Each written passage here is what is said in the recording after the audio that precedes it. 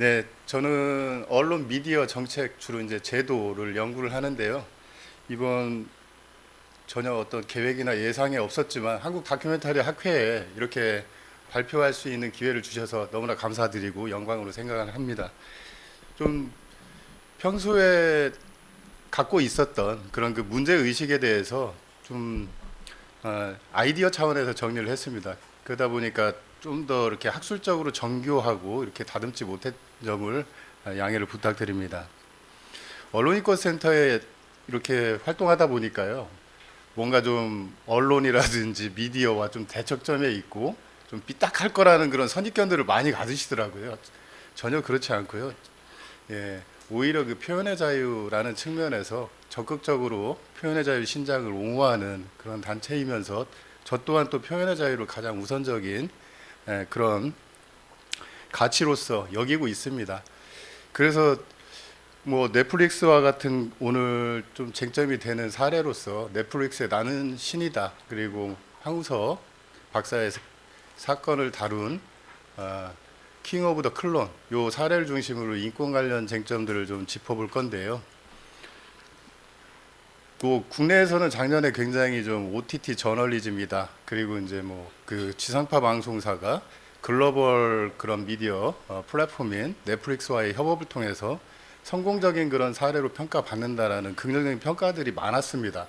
저 역시 상당 부분 그 긍정적인 평가에 동의하는데 그럼에도 불구하고 우리가 좀 인권 관련해서 좀 더 고민해 봐야 될 지점이 무엇이 있는가라는 측면에 맞춰서 오늘 발제를 준비를 했습니다.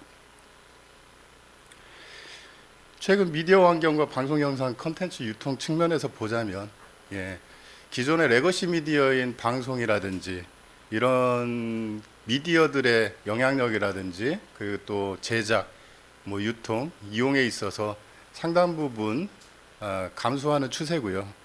그 같은 부분들을 새롭게 등장한 이 OTT라는 플랫폼이 컨텐츠 제작과 유통뿐만 아니라 이용에 있어서도 크게 성장하는 추세입니다. 그리고 넷플릭스라는 게 이제 글로벌 사업자이기 때문에 국내 시장뿐만 아니라 글로벌 시장에서도 K 컨텐츠가 유통되면서 뭐 문화적으로도 그렇고 상당히 산업적으로도 그렇고 세계 시장에서 주목받고 흥행에 성공하면서 굉장히 긍정적인 그런 평가들이 많았습니다. 오락물뿐만 아니라 지난해에는 다큐멘터리 영역이죠. 그런 그 시사, 교양물이라고 할 수 있는 그런 장르의 컨텐츠까지도 글로벌 시장에서 주목받고 또 흥행에 성공했던 부분들, 이런 부분들이 긍정적인 좀 평가를 받아왔습니다. 아까 그 오더 헤이더 교수님인가요? 기조연설을 좀 미리 제가 좀 듣고 거기서 제안해주는 웹사이트의 그런 뭐 윤리 기준이라든지 이런 것들을 좀 참고했으면 좀 더 이렇게 좀 정교하게 명확하게 오늘의 그런 그 발표 주제에 맞는 것들을 준비할 수 있지 않았을까라는 생각을 했습니다. 비슷한 고민이 저도 있습니다. 넷플릭스는 상업 미디어죠. 상업 미디어인데 어떤 공공적인 역할을 뭐 요구할 수도 없고요. 그런 공적인 어떤 사회적인 책무나 이런 부분들이 있는 또 미디어도 아니고요. 사업자도 아닙니다. 그런 측면에서 보자면 철저하게 상업적인 이익을 추구하는 과정 속에서의 결과인 것이지 예를 들어서 시사 다큐멘터리가 뭐 사회적인 파장, 우리나라뿐만 아니라 세계 시장에서도 그런 뭐 공공성 측면에서 뭐 종교의 문제, 특정 그런 그 종교 영역의 문제 같은 것들을 뭐 거기서 발생하는 피해자들에 대해서 이런 공적인 문제들에 대해서 좀 확산할 수 있는 긍정적인 기능을 수행을 했다고 하더라도 그건 어디까지나 결과론적인 것이지 뭐 목적 자체가 넷플릭스라는 상업 미디어가 이게 굉장히 뭐 글로벌 시장에서도 글로벌 시민들에게도 공적으로 중요한 사안이다라는 공공적인 목적에서 만들어지지 않았다라는 것은 분명한 사실인 것 같습니다. 그리고 오더웨이더 그 교수님의 그 기조 강연에서도 얘기하지만 넷플릭스 대표도 그런 얘기를 하지 않습니까? 상업적이니까 다큐멘터리의 어떤 공적인 이슈에 대해서 다룬 것도 상업적인 경쟁력이 있으니까 다룬다라는 게 제가 생각했던 것과도 맥이 닿는 것 같아서 굉장히 와닿았습니다. 지금의 미디어 환경에서는 무엇보다도 표현의 자유가 굉장히 확대됐다라는 거, 뭐 90년대만 하더라도 2000년대 초반만 하더라도 개인들이 무슨 신문 윤전기를 갖고 있을 수도 없고요. 방송국의 그런 뭐 시스템이라든지 아니면 시설이나 장비를 갖고 있을 수가 없었지 않습니까? 근데 이제 개인들도 뭐 사회적으로도 배포할 수 있는 수단도 있고요. 대표적으로 유튜브와 같은 동영상 플랫폼. 예. 그러면서 또 제작자 입장에서도 그런 것 같습니다. 이제는 뭐 국내 방송사가 가장 일차적인 그런 그 창구였다고 한다면 이제는 뭐 제작에 대해서 어떤 기획력이 좋고 어떤 컨텐츠의 성공 가능성이 좀 보인다라고 한다면 글로벌 사업자인 넷플릭스와 같은 데 문을 두드릴 수 있는 기회들이 많이 생겼으니까요. 그만큼 표현의 자유가 확대된 긍정적인 측면이 있습니다. 또 다양한 방법으로 또 정보들을 습득할 수 있다라는 그런 긍정적인 측면이 있는데 그와 동시에 또 우리가 생각해 봐야 될 게 미디어의 그런 선정성이라든지 폭력성의 문제 그리고 또 인권 침해 가능성의 그런 부분들이 기존에는 레거시 미디어, 소수의 미디어, 언론이라든지 미디어에 한정되어 있다라고 한다면 지금은 영향력 있는 그런 개인, 유튜버라든지 뭐 인플루언서, 영향력 있는 개인뿐만 아니라 이렇게 이제 글로벌 콘텐츠 유통 플랫폼인 넷플릭스와 같은 사업자들을 통해서도 이런 인권 침해 가능성이 굉장히 증가하고 있는 부분들도 동시에 우리가 생각해 봐야 되는 지점이라고 생각을 합니다. OTT에서 시사 다큐멘터리의 입지, 뭐 제가 다큐멘터리에 대해서 그런 연구들을 해왔던 사람이 아니라서요. 좀 문외한인데 그래도 일반적으로 우리가 이제 뭐 그 다큐멘터리 장르를 구분할 때 시사 다큐멘터리라고 해서 그렇게 명칭을 썼다라는 점을 미리 말씀드립니다. 예, 방송 콘텐츠 시장에서도 영향력이 이제 OTT 사업자들이 확대되는 과정 속에서 뭐 엔터테인먼트 영역에 있는 그런 그 콘텐츠뿐만 아니라 이렇게 이제 시사 교양물 같은 경우에도 OTT 플랫폼을 통해 갖고 굉장히 좀 주목받고 흥행에 성공하는 케이스들이 등장을 하고 있습니다. 대표적으로 나는 신이다. MBC와 이제 공동 제작을 했지만 넷플릭스의 오리지널 시리즈물이죠. 킹 오브 클론과 같은 이런 시사 다큐멘터리의 성공. 또 한편으로는 앞서서도 말씀드렸습니다마는 이게 어떤 공익적인 목적에 만드는 게 아니라요. 철저히 상업적인 미디어인 OTT 미디어에서 결과론적으로는 공익적인 기능 그리고 또 저널리즘적인 기능을 수행을 했다는 점들을 우리가 엿볼 수 있습니다. 그래서 시사 다큐멘터리 성공 이면에서 좀 이런 문제들을 한번 더 생각해 봐야 되지 않나라는 게 저의 문제 의식입니다. 여기 이제 시사 다큐물에서 등장하는 출연자라든지 거기서 어떤 다루는 소재에 있어서의 그 대상이 되는 이런 인물들에 대해서 충분히 저널리즘 영역에서는 어찌됐든 그 반론권을 보장하는 것이 필수적이지 않습니까? 반론권 보장이라든지 또는 일정 정도 뭐 원치 않는 사실이 표현됨으로 인해서 발생할 수 있는 명예훼손의 문제라든지 또는 허위사실로 인한 명예훼손의 문제라든지 그리고 개인적으로 노출하고 싶지 않았던 사생활의 영역들이 침해받고 있지는 않은지 이런 부분들에 대해서 만일 좀 해당 사항이 있다라고 했을 때 어떻게 그럼 대처할 것인가? 기존의 방송이라든지 또는 언론과 같은 경우에는 뭐 방송은 방송심의위원회에서 심의 규정에 따라서 그 부분들에 대해서 사후에 제재할 수 있는 부분들이 있고요. 또 언론이라고 했을 때는 뭐 반론권 뭐 조정이라든지 언론중재위원회를 통해서 조정 중재 신청을 통해서 뭐 반론권을 요청할 수도 있고 정정보도를 청구할 수도 있고 제한적이긴 하지만 이렇게 이제 피해 구제를 위한 그런 제도들이 있는데 이 넷플릭스와 같은 미디어는 여기에 뭐 언론도 아니고 기존의 방송도 아니기 때문에 이와 같은 문제의 소지가 있을 때 사람들이 거기에 이제 대응할 수 있는 마땅한 수단이 없다라는 것이죠. 그렇다면은 제가 삐딱하지 않다라고 분명히 말씀드렸는데요. 그렇다면은 이런 넷플릭스와 같은 사업자들에게 기존의 방송이라든지 언론과 같은 엄격한 규제를 적용해야 되느냐? 저는 반대입니다. 왜냐하면 그 영역에서는 기존의 방송보다도 좀 더 표현의 자유 측면에서는 훨씬 더 자유롭다라는 긍정적인 측면이 있거든요. 그런 측면들이 있고, 다만 현실적으로 최소한의 책임성 부분들은 이게 뭐 법과 제도를 통해서 규제하기보다는 사업자의 일정 부분 사회에 대한 책임 부분에서 시행할 필요성이 있는 부분이라고 생각을 합니다. 즉, 창작의 자유는 적극 보장하되 그 창작 과정에서 발생하는 어떤 인권 침해적인 요소들에 대해서는 사업자 스스로가 그 부분에 대해서 대처할 수 있는 부분들에 대해서 마련을 하고 이를 지켜야 된다라는 것이 저희 기본적인 생각입니다. 오늘은 OTT 미디어로서 이 시사 다큐멘터리의 저널리즘의 그런 긍정적인 측면을 평가함과 동시에 인권 관련한 그 주요 쟁점에 대해서 한번 논의를 해보고자 합니다. 그래서 다큐멘터리, 저널리즘, 인권의 관계를 이론적인 측면에서 간략하게나마 좀 검토해보고, 넷플릭스 오리지널 다큐 나는 신이다, 그리고 킹 오브 클론 사례를 중심으로 해서 여기서 우리가 좀 제기되었던 문제에 대한 시사점을 논의를 해보고자 합니다. 뭐 영화, 드라마, 방송 프로그램의 시청 방식, 어떻게 보면 우리가 제가 수업 시간에도, 저널리즘 관련한 수업 시간에도 학생들에게 가장 먼저 묻는 질문이 이런 거거든요. 신문을 보냐고. 그럼 대부분 신문을 안 본다고 합니다. 근데 그 질문 자체가 이제 시대 변화를 반영하지 못한 거라고 생각을 합니다.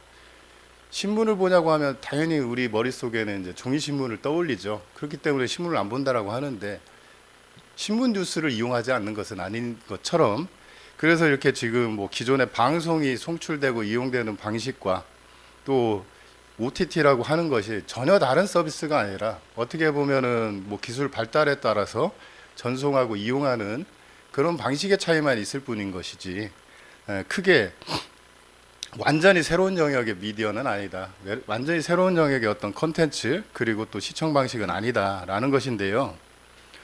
근데 가장 큰 차이점이 있습니다. 예를 들어서 방송에서 시청 등급이 19세 이상인 그 방송 프로그램을 뭐 OTT로 내보낼 때는 당연히 등급에 있어서 문제가 없습니다. 오히려 관람 등급이 뭐 15세로 낮아질 가능성이 높고요. 그런데 그 영화 또는 OTT는 영화 관람 등급을 적용하니까요. 거기서 청소년 불가 등급의 그런 컨텐츠를 그런 방송에서 19세 이상으로 내보낼 수 있느냐? 내보낼 수 없는 것들이 더 많습니다. 그만큼 방송에 대한 내용 심의 기준과 OTT를 비롯한 영화에 대한 시청 등급을 분류하는 기준 자체에 차이가 크게 있습니다. 그래서 어떻게 보면은 컨텐츠를 만들고 또 유통하고 이용하는 방식에 있어서 좀 새로운 그런 수단들을 통해서 이루어지는 것들을 속에서는 큰 차이가 없지만, 만들 수 있는, 즉 표현할 수 있는 그 주제라든지 소재라든지 또는 표현 수위에 있어서는 방송을 대상으로 하는 프로그램이냐, 방송을 목적으로 하는 프로그램이냐, 아니면 OTT 플랫폼을 통해서 공개를 위한 목적으로 만들어진 컨텐츠냐에 따라서 굉장히 그 표현 수위나 방법에 있어서는 차등적인 상황이라는 점을 좀 강조드리고 싶어서 이런 내용들을 한번 살펴봤고요. 또 장르 구분에 있어서 방송 프로그램도 딱 세 분야입니다. 시사보도, 교양, 오락. 이렇게 방송법에서는 세 분야로 구분하고, 뭐 종합편성 채널 같은 경우에는 다 잘 알고 계시겠지만, 오락물이 전체 프로그램 세 분야의 장르에서 50%를 이제 초과할 수 없다라는 것을 통해서 각각의 그런 그 내용 다양성을 좀 보장하고자 하는 측면이 있는데요. 물론 방송국마다 뭐 교양물이라고 해도 뭐 휴먼 다큐다, 아니면 생활 정보다, 여러 가지 방송국마다 이렇게 각자 분류를 합니다만은, 방송법상의 방송 프로그램은 크게 세 분야로 나뉜다라는 것이고요. 그 넷플릭스 같은 경우도 이렇게 뭐 그 자신들의 어떤 전략적인 차원에서 장르를 구분하는데요. 2017년 제가 좀 자료를 입수할 수 있는 게 찾아보다 보니까 2017년 것들이 이제 좀 정리된 자료가 있어 참고해 봤는데, 우리나라에서는 16개 장르 그리고 세부 항목으로는 226개 항목으로 이렇게 분류를 하고 있었습니다. 원래는 20개 장르인데요. 여기서 다른 문화권과 좀 국내에서는 좀 적용이 다른데 뭐 애니메이션이라든지 고전 영화라든지 스포츠 영화, 컬트 영화, 신앙과 영성 그리고 뭐 게이 앤 레즈비언 무비, 뭐 약자로 LGBTQ 영화라고 하는데요. 요런 6개 장르를 빼고 우리나라에서는 수상작 모음이라든지 그리고 스탠드업 코미디 및 토크쇼 요 2개 장르를 추가해 갖고 16개 장르 226개 항목으로 분류하고 있더라고요. 그 다큐멘터리도 장르 구분이 그만큼 뭐 일반적이진 않더라고요. 제가 이렇게 좀 문헌들도 검색해보고 했는데, 그리고 뭐 인권과 표현의 자유 그리고 미디어 제도에 대한 부분은 짤막하게 언급을 하자면 뭐 인권이라는 게 굉장히 폭넓은데요. 예를 들어 미디어 인권이라고 한다면 예를 들어서 뭐 미디어를 통해서 자유롭게 정보에 접근할 수 있고 공적인 정보를 충분히 필요한 만큼 얻을 수 있는 것까지 뭐 알 권리라는 것까지 영역을 확대하면은 미디어 인권의 범위는 굉장히 넓어지는 것 같습니다. 근데 오늘 다룰 그런 그 미디어 인권이라고 했을 때는 표현의 자유, 내가 뭐 허용되는 기본권으로서 충분히 그런 자유를 누릴 수 있는 그런 표현의 자유라는 측면, 좀 더 미디어 인권이라고 해서 범위를 좁혀보면은 그런 그 인격권 침해를 당하지 않을 수 있는 부분들, 인격권 침해를 당하지 않을 권리 정도로 좀 좁혀서 접근해보고자 합니다.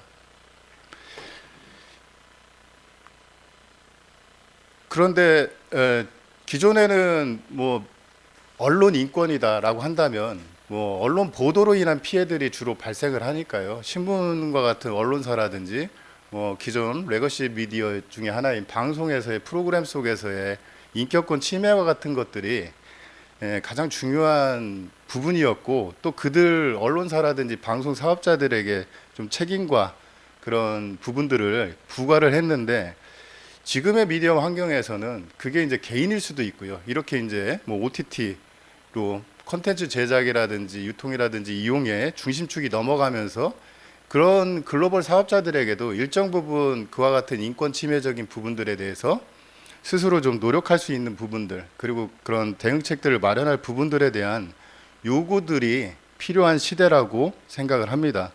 즉, 좀 더 자유롭게 이렇게 뭐 표현을 하되 창작의 자유를 보장받되 최소한의 책임과 윤리적인 측면에서의 그런 스스로의 어떤 자율적인 규제가 반드시 좀 필요한 영역이라고 생각을 합니다. 과거에는 사회 과정에서 가족이라든지 뭐 학교, 교회와 같은 그런 사회 제도들이 기능을 했는데, 현대 사회에서는 그런 제도뿐만 아니라 가장 큰 어떻게 보면 사회 제도로서 미디어가 기능한다라고 합니다. 그런 측면에서 보다면 여전히 언론 현장에서도 인권이라는 부분보다는 좀 상업적인 측면에서도 속보 경쟁들을 하다 보니까 거기서 이제 인권 부분에 대한 소홀함이 발생을 하고 사회 문제로서 또 지적되기도 합니다. 마찬가지로 이렇게 상업 미디어 중심의 넷플릭스와 같은 그런 상업 미디어 중심의 미디어 환경에서도 상업성을 우선하다 보니까 그 과정 속에서 뭐 다큐멘터리가 아무리 뭐 공익적인 내용을 담고 있다고 하더라도 주제면에서는 상업성이 담보돼야 제작을 하겠죠. 그런 측면에서 보자면 이런 인권적인 부분에 대해서 좀 소홀해서는 안 된다라는 문제의식을 좀 가져볼 수 있겠습니다.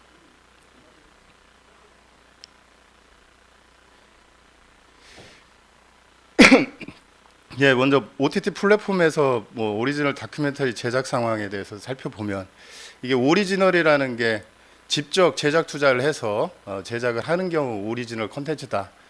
또 독점적으로 그 유통할 수 있는 권한을 확보했을 때, 그러니까 제작과 유통에 대한 독점적인 권한을 갖고 있는 경우를 오리지널이라고 하는데요. 넷플릭스 같은 경우에 이제 오리지널 콘텐츠 같은 경우에는 자기네들의 앞글자를 따갖고 N 이렇게 표시된 것들은 오리지널 콘텐츠이고, 외부에서 확보한 콘텐츠 같은 경우에는 N 표시가 없는 것들은 외부에서 사온 거, 독점적인 그런 그 플랫폼의 콘텐츠가 아니라는 것이죠. 좀 더 세부적으로 보면 직접 제작한 것과 그리고 공동 제작한 거. 나는 신이다와 같은 거는 제작비 전액을 넷플릭스가 부담하고 MBC와 같이 제작을 했으니까 공동 제작 오리지널이라고 이렇게 세분화해서 이야기할 수 있겠습니다. 예, 제가 다큐멘터리의 문외한이라고 말씀을 드렸는데요. 다큐멘터리를 어떻게 이렇게 구분하나 뭐 여러 문헌들을 참고해 봤는데요. 예, 모르는 부분이지만 여전히 모르겠더라고요. 하지만 이제 크게 보면 다큐멘터리를 단편이냐 일회성이냐 뭐 그렇게 그런 그 한편으로 나가는 것을 단편적인 거는 다큐멘터리 그리고 뭐 시리즈물 이렇게 구분하기도 하고 다큐멘터리 영화냐 뭐 이렇게 구분을 하는데 그 영화도 러닝타임 기준으로는 상대적으로 러닝타임이 짧은 거는 단편 영화 그리고 좀 상대적으로 러닝타임이 긴 거는 장편 영화로 구분하고 있더라고요. 근데 주제에 따라서 이렇게 장르 구분하는 거는 여러 연구에서도 일반적인 기준은 없더라고요. 주제에 따라서는 너무나 이제 다양하게 예를 들어서 5가지로 이제 구분한 연구도 있었고요. 뭐 시사, 휴먼, 자연, 역사, 기타. 또 16가지 유형으로 역사, 인간, 사회, 자연, 스포츠, 문화, 과학, 탐험, 의학, 엔터테인먼트 등등 이렇게 이제 좀 세분화해서 분류하는 경우도 있었고요. 예. 뭐 10개 하위 장르로 구분하는 경우도 있었고 정치 시사, 뭐 사회 예를 들어서 시사 영역도 정치 시사가 있고 사회 영역도 있고 뭐 경제 뭐 이렇게 분류하는 기준도 있었습니다. 근데 이렇게 일반적으로 통용될 수 있는 하나의 기준은 발견하기 어려웠습니다. 실질적으로 아까 방송 프로그램도 방송 법률상에서는 세 분야로 구분하고 있지만 방송사마다 그 세 분화해 갖고 자기네들 각자의 어떤 분류 기준이 있듯이 다큐멘터리 같은 경우에도 이런 제작자나 또는 OTT 사업자들이 전략적인 차원에서 세분화해서 분류하고 그게 다양하게 이렇게 분류가 이루어지고 있는 현실이라는 점을 좀 알 수 있었습니다. 오늘 앞서서 그 발표했던 JTBC의 강버들 기자님 발표를 좀 참고했을 때 정책 다큐멘터리도 하나의 장르로서 또 추가돼야 되지 않나라는 생각을 잠깐 해봤습니다. 넷플릭스의 오리지널 다큐멘터리는 얼마나 제작되고 있을까? 사실 넷플릭스 하니까 상업적인 그런 막 오징어 게임을 비롯해 갖고 그런 오락물을 떠올렸는데요. 의외로 다큐멘터리 시리즈가 더 많이 다큐 영화를 포함해서 다큐멘터리가 상업적인 콘텐츠보다 그동안 더 많이 제작되어 왔음을 알 수 있었습니다. 예, 평소에는 저도 다큐멘터리를 이렇게 많이 제작했나? 라는 것들에 대해서 잘 모르고 있었는데 발표를 준비하다 보니까 오히려 우리에게 뭐 흥행에 성공했고 막 여러 이렇게 회자되는 오락적인 콘텐츠보다도 다큐멘터리가 훨씬 더 오리지널로 제작이 많이 이루어졌다라는 점이 좀 눈에 띄는 지점이었습니다. 그래서 아까 그 기조연설을 했던 그 교수님 말씀처럼 다큐멘터리가 좀 뭐랄까 더 많이 제작될 수 있었던 중요한 요인의 하나 중에 다큐멘터리도 상업적인 성공을 거둘 수 있는 것이기 때문이라는 점이 되게 와닿았는데요. 이렇게 이제 다큐멘터리가 어떻게 보면은 그 넷플릭스와 같은 글로벌 사업자들에게도 굉장히 중요한 컨텐츠라는 것이고요. 그럼 시사 다큐멘터리를 포함해서 다큐멘터리 영역에서 이 넷플릭스와 같은 사업자들이 많이 오리지널 제작하는데 굉장히 긍정적인 측면들이 많이 있더라고요. 뭐 예를 들어서 방송 같은 경우에는 이 편성 슬롯에 들어가야 되니까요. 그리고 또 제작 기간도 짧고 예산도 제한적이고 하지만 이 OTT 영역에서는 소재라든지 주제가 일단 방송은 엄격한 내용 규제가 적용되다 보니까 훨씬 더 자유롭고요. 표현 방법이라든지 표현 수위도 방송보다도 훨씬 더 자유롭고 또 제작 기간이라든지 제작 비용에 있어서도 상당히 넷플릭스 측과 계약을 맺게 되면은 되게 유연하게 할 수 있는 측면에서 어떻게 보면은 창작자 입장에서 제작자 입장에서는 굉장히 좀 좋은 기회가 될 수 있다라는 것들을 알 수 있었습니다. 예, 그래서 뭐 OTT 시사 다큐멘터리 저널리즘 역할과 인권이라는 측면에서 크게 이제 세 분야로 살펴봤습니다. 방송 영상 심의 체계와 그리고 OTT 상에서의 그런 컨텐츠 심의 관련해서 두 영역에서의 좀 차이점들을 좀 비교를 해봤고요.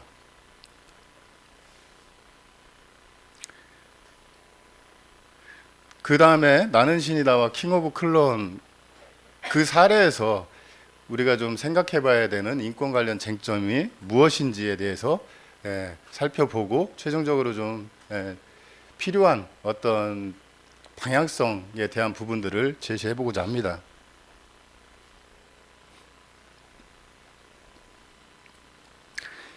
시간이 얼마나 됐죠?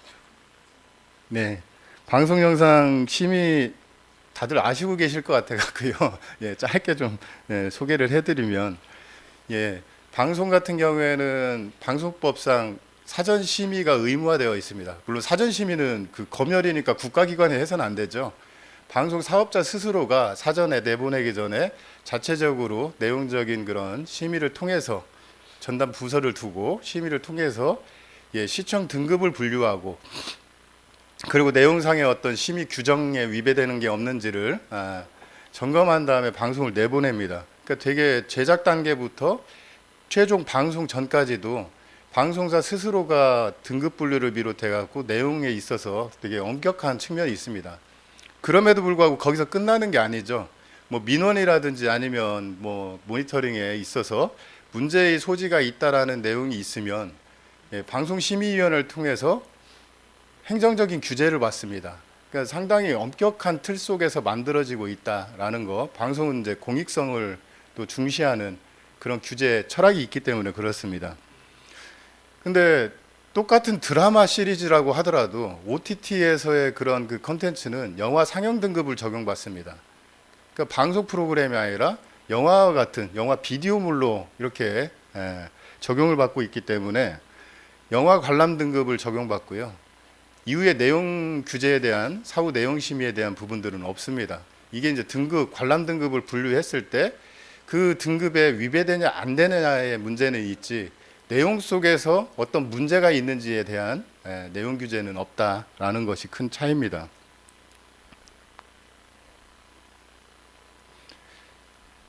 네, 그래서 일단 방송 사업자 같은 경우에는 프로그램의 시청 등급을 분류하는데, 발제문에는 제가 예시로 주제에 대한 것만 표로 하나 제시를 했는데요. 여기 이제 그 발표문에는 각 영역별로 다 좀 참고할 수 있도록 준비를 해봤습니다.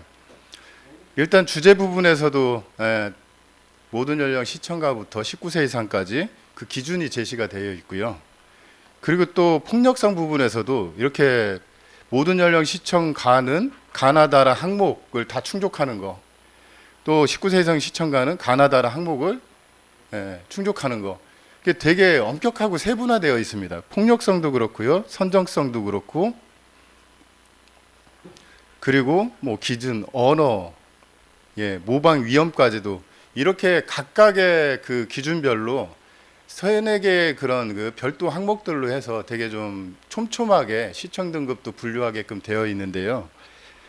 반면에 영화 같은 경우에는 영화나 비디오물, OTT 콘텐츠도 역시 이 기준을 적용을 하는데, 전체 관람가 12세 이상, 그리고 15세, 청소년 관람 불가, 제한 상영가, 이렇게 5등급인데, 방송과 비교했을 때는 기준이 일단 양적으로 적지 않습니까? 항목도 적고, 그러다 보니까 그 관람 등급에 있어서도 방송 프로그램 같은 경우에는 19세 이상, 실제로 이제 영상물 등급위원회 같은데 관계자들 만나서 물어보더라도요, 등급 분류할 때 방송으로 나갔던 방송 프로그램을 OTT로 또 하려면 별도의 등급 분류를 해야 되지 않습니까? 19세 이상인 그 방송 프로그램 같은 경우에는 영상물 등급위원회에서 분류할 때 이건 19세 이상이 아니라 한 15세 이상이면 충분한 경우도 있어요. 그런데 반대는 안 된다라는 거죠. 예를 들어서 청소년 관람 불가 등급의 OTT 콘텐츠라든지 영화물을 방송에 내보낼 때는 19세 이상도 안 됩니다. 폭력성, 뭐 선정성, 뭐 모방 위험 이런 것 때문에 오징어 게임 같은 거 되게 이제 좀 그 세계적인 성공을 거두고 막 국정감사, 좀 있으면 국정감사 기간인데요. 그 참 그 정책을 위반하는 입법자들, 국회의원이 정말 무식한 소리들을 했었습니다. 그 당시에. 왜 KBS나 이런 데서 오징어 게임 못 만드냐고. 못 만드는 게 아니라 내보낼 수가 없습니다. 오징어 게임을 예를 들어서 KBS에서 내보내려고 하면은요, 그 반은 다 잘라내야 돼요. 그러니까 이게 정책 위반자들의 현실의식이 그만큼 좀 뭐 우스갯소리로 그 당시에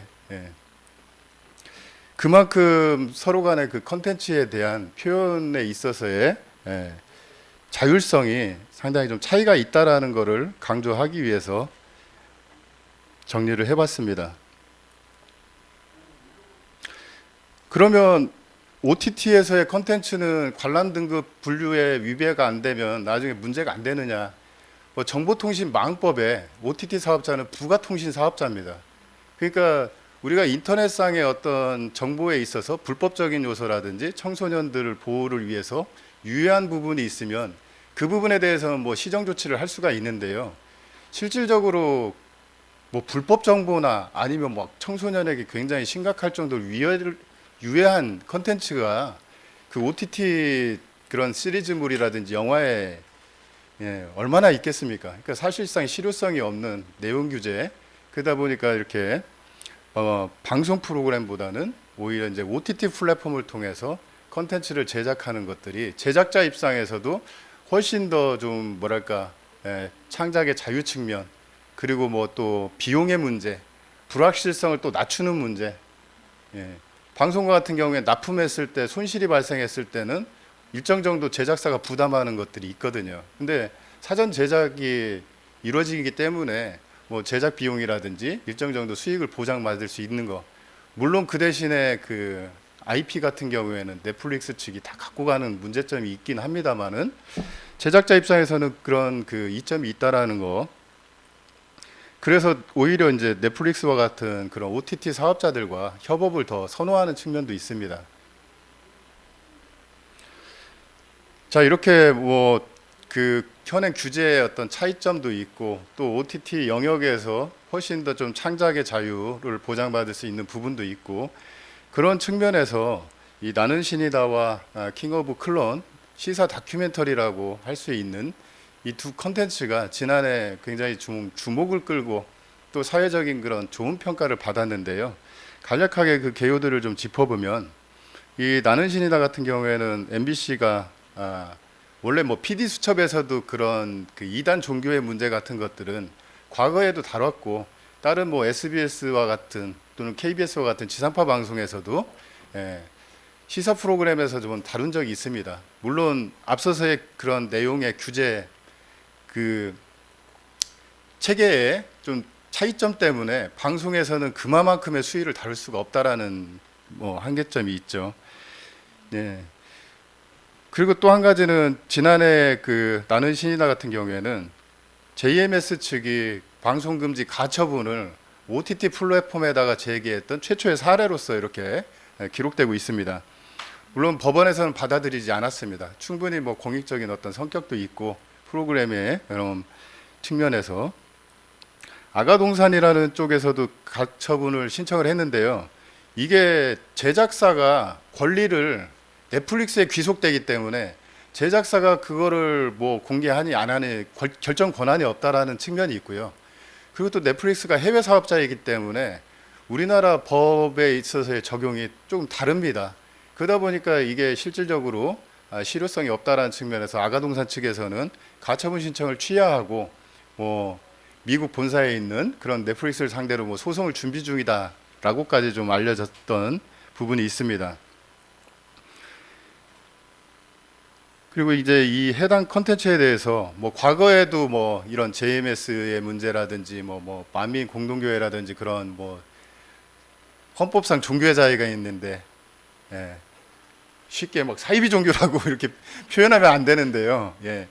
어쨌든 이게 정상적인 종교의 그런 형태는 아니고 거기서 실질적으로 현행 법률을 위반하는 범죄 행위가 이루어지고 이런 측면에서 방송에서도 충분히 문제점에 대해서 그동안에도 짚어왔지만 이 넷플릭스라는 글로벌 플랫폼을 통해 갖고 훨씬 더 파장이 컸습니다. 근데 그 이유 중에 하나는 굉장히 좀 그 화면의 어떤 그 표현 수위가 적나라하게 어떤 그 피해 여성 신도들의 그 나체가 막 등장한다든지 그리고 그 가해자인 정명석 그 교주 막 가해성 발언을 하는데 방송에서는 다 삐 처리하고 XX 처리를 했을 겁니다. 거기 이제 진행자나 해설자들이 굉장히 좀 막 그 이런 수위의 표현이었다 정도로만 그 멘트를 했을 건데 거기서는 그런 육성들이 다 적나라하게 나갔습니다. 그러니까 이게 충격을 이 정도로 피해가 심각하구나라는 거 충격을 받아들이는 정도가 다르죠. 예를 들어서 교통사고가 났는데 막 우리 그런 것들은 그 보도에서도 지양해야 된다라고 그런 기준들이 있거든요. 예를 들어서 막 선혈이 낭자한 그런 그 사고 현장들을 있는 그대로 보여준다라는 거.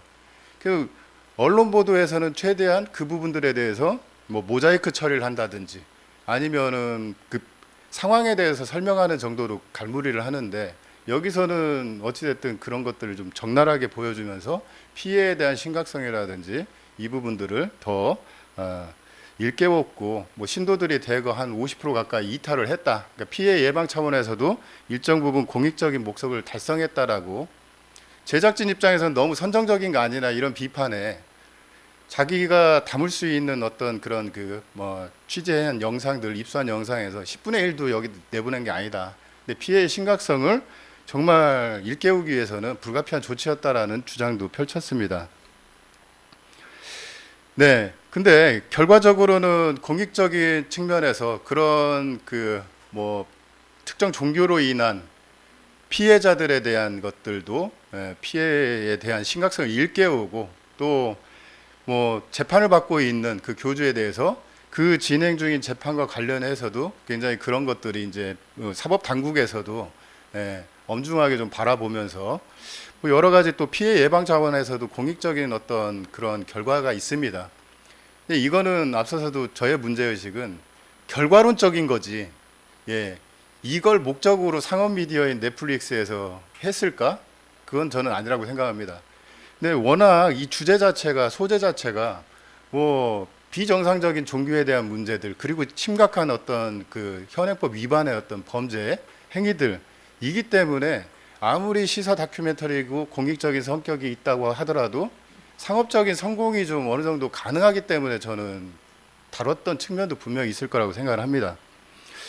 그래서 이렇게 이제 긍정적인 측면도 있고 뭐 글로벌 사업자와 우리나라 그런 MBC와 같은 지상파 방송사가 서로 협업을 해서 성공하는 모델도 보여주고 여러 가지 또 공익적인 측면에서의 결과론적으로는 사회적으로 그런 비정상적인 종교로 인한 범죄, 피해 이 부분들에 대한 심각성을 다시 한번 좀 일깨우고 또 거기에 따른 피해 예방 차원에서 신도들도 대거 이탈하고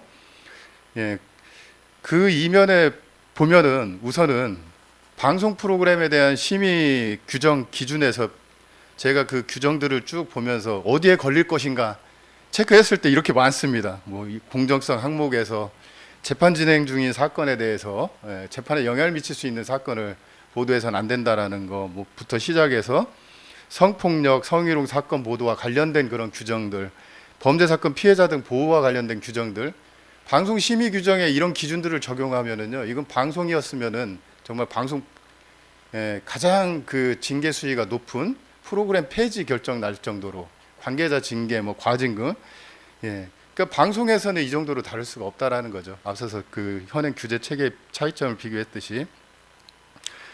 근데 문제는 이런 측면이 아니라 그래도 이제 OTT 상에서 허용되는 그러니까 표현의 그런 그 영역들을 통해 갖고 뭐 어쨌든 흔행과 공익성 측면에서 성공을 거뒀지만 문제는 이게 전체 맥락상에서 나왔던 피해의 심각성을 일깨우기 위한 신도들의 그런 나체 영상이 인터넷상에서는 그것만 발췌해 갖고 유통이 돼요. 재가공되고.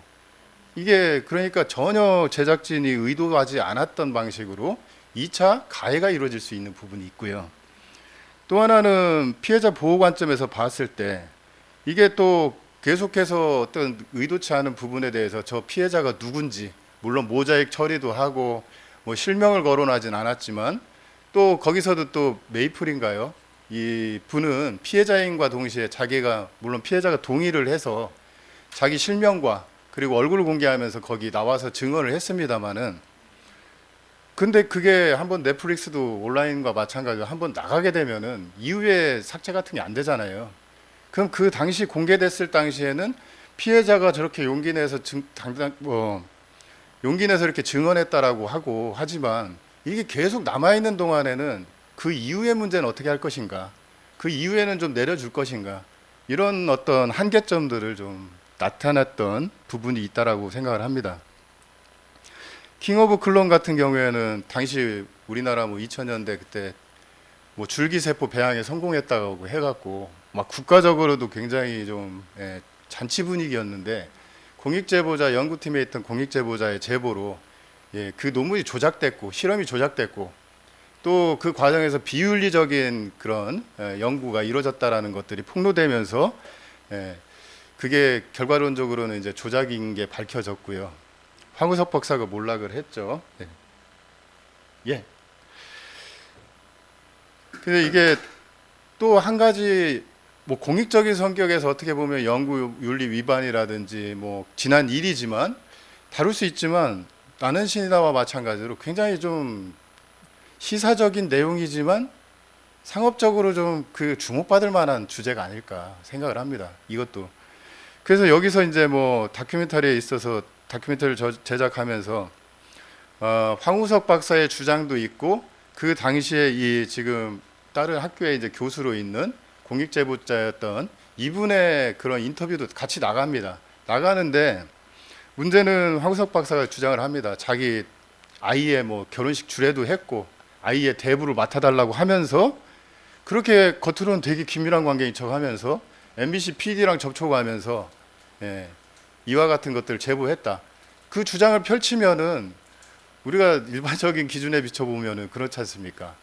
아, 겉으로는 막 주례도 부탁하고 막 자기 아기 낳는데 내 대부가 되어달라고 하고 하면서 이미 딴 쪽에는 제보를 했던 거예요. 그럼 그 사람이 어찌됐든 공익제보자라고 해도 참 인간적으로 좀 안 좋은 인상을 가질 수 있는 부분이 분명히 있는 것이죠. 근데 이 류 씨는 뭐 당시에 어떤 그런 그 증거를 가지고 했을 때 자기는 천주교 신자도 아니기 때문에 대부를 요청한 적도 없고 이 MBC PD랑 관련해서 접촉했던 시점적으로도 안 맞고 이런 것들이 황 박사의 일방적인 주장일 뿐이지 그건 허위다라는 거를 제작사도 인정을 해요. 근데 문제는 이후에 넷플릭스 측에서는 우리는 어느 한쪽 편을 든 것이 아니라 제작상에 문제가 없다. 양쪽의 주장을 담았을 뿐이고 그리고 그 판단은 시청자들이 하는 것이다. 이런 답변을 내봅니다. 그러니까 우리나라 같은 경우에 만약에 그런 문제를 제기했으면은 언론중재위원회를 통해서 방송사에다 얘기를 했고 방송사가 영상을 내리거나 아니면 해당 주장에 대해서 당사자인 그 류 씨가 자신은 뭐 여기 나와 있는 자기 주장대로 류 씨가 그 주장에 대해서는 이런 반론을 했습니다 정도는 실어졌을 것이죠. 아니면 사실관계가 정말 명확하게 틀렸다라고 하면은 정정 보도를 했을 겁니다. 이런 사후 조치가 이루어지지 않고 자신들은 어느 한쪽 편을 들지 않았다라고 해서 끝나버립니다. 그 다음은 소송이거든요. 소송인데 이게 우리나라 법과 그리고 이 본사가 있는 미국의 법이 또 다릅니다. 그러다 보니까 이 미국 본사에 있는 넷플릭스를 상대로 소송을 해야 되는데 개인이 말처럼 쉽지가 않죠. 국내에서도 어떤 그 언론중재위원회에서 조정 중재가 안 돼서 개인이 소송을 하려면은요 개인들이 정말 쉽지가 않거든요.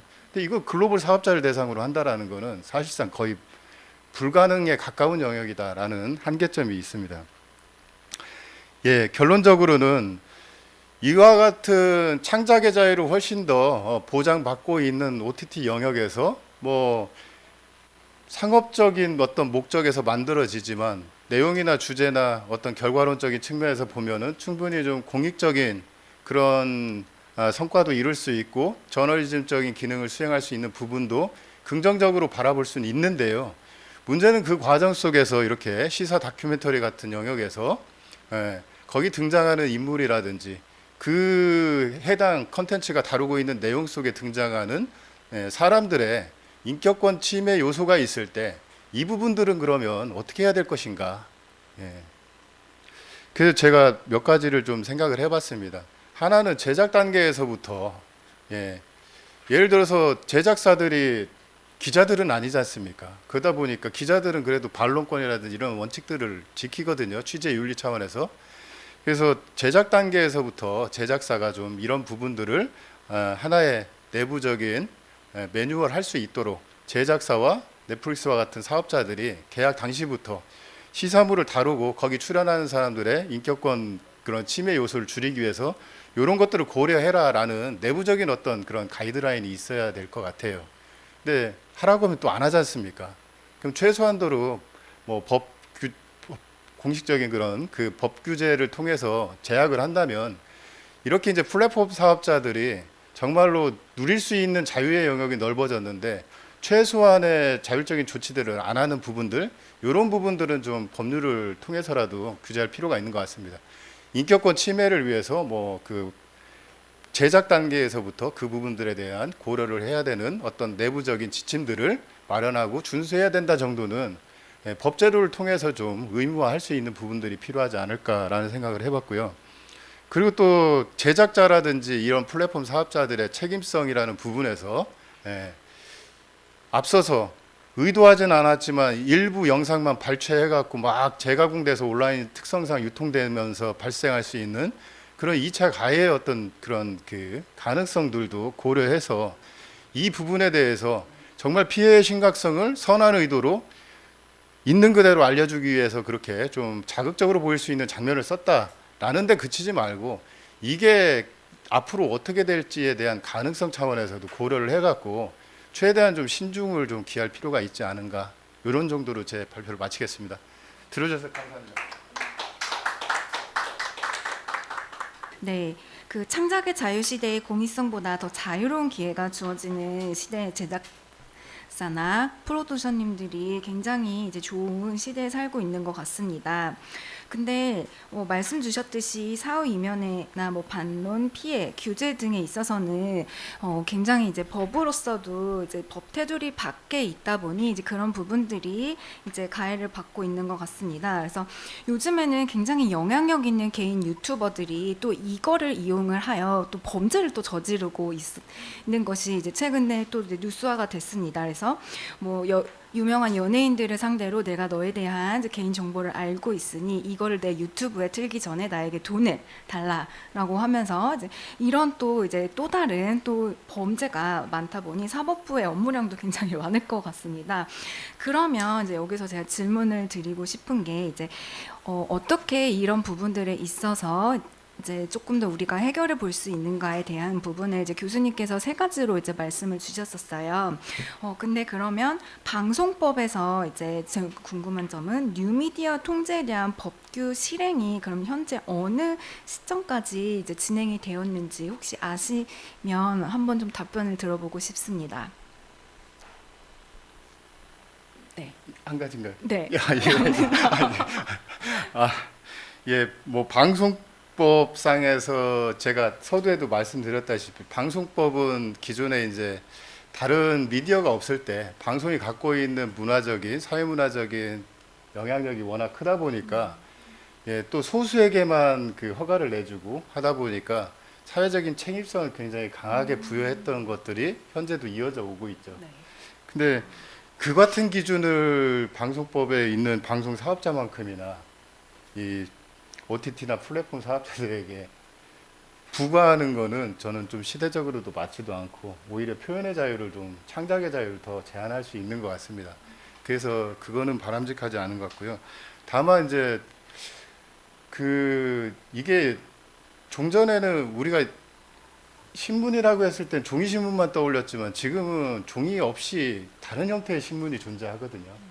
이것도 마찬가지인 것 같습니다. 이게 방송이냐, 뭐 OTT 컨텐츠냐는 사실 이용하는 이용자 입장에서 보면은 아무 의미가 없는 거거든요.